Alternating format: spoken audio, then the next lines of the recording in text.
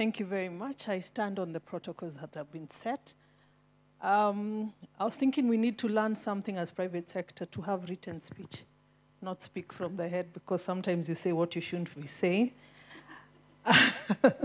I want to just say two things for the domestic market, because Nick has spoken about the export market. In the last 3-4 years, we see a rise in the consumption of meat within the retail sector, especially the formal sector that had various challenges pre-COVID, and we've seen an improvement. In fact, we've seen a rise of 30 to 40% consumption of meat from the supermarket, from the formal sector. And we say it's a good thing because one of the things that we had desired of the Meat Expo when we were starting is to engage consumers locally, to be able to understand meat and to be able to demand better and safer meat. One of the things that had led to the need to have this conversation was a market research that was done by Gatsby had shown that Kenyans do two things, boil meat or roast meat.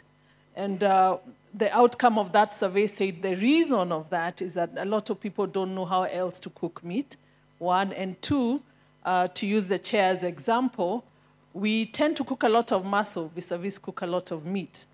And again, to just explain that and really emphasize on it, meat is not meat until it has done at least 8 hours after slaughter. People say, but our forefathers always slaughtered and ate. Yeah, but we are told they slaughtered at 4 a.m. and ate it at 11. We slaughter at 11 and we eat it at 12. So we are eating muscle, and we are told there's actually nothing like hard meat. It is hard meat because you're eating muscle and not eating meat.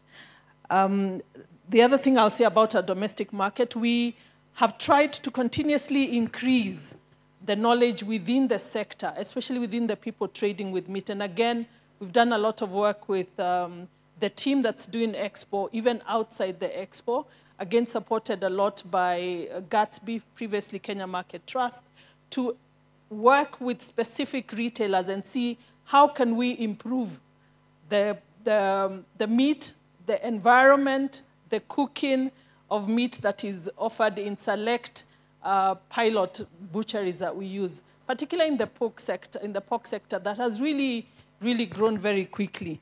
We do hope as we continue, PS, we keep asking and requesting that we look into reviving the Kenya Institute of Meat Training, Kenya Meat Training Institute in Athi River, because we still see a lot of meat cutters vis-a-vis meat butchers.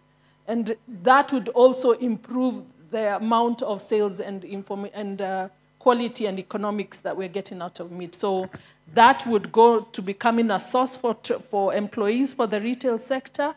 And then we stop exporting labor or people to South Africa to train, because that institution would really cure that gap. So we hope to have greater interactions over the next 1 week. We want you to spread the word.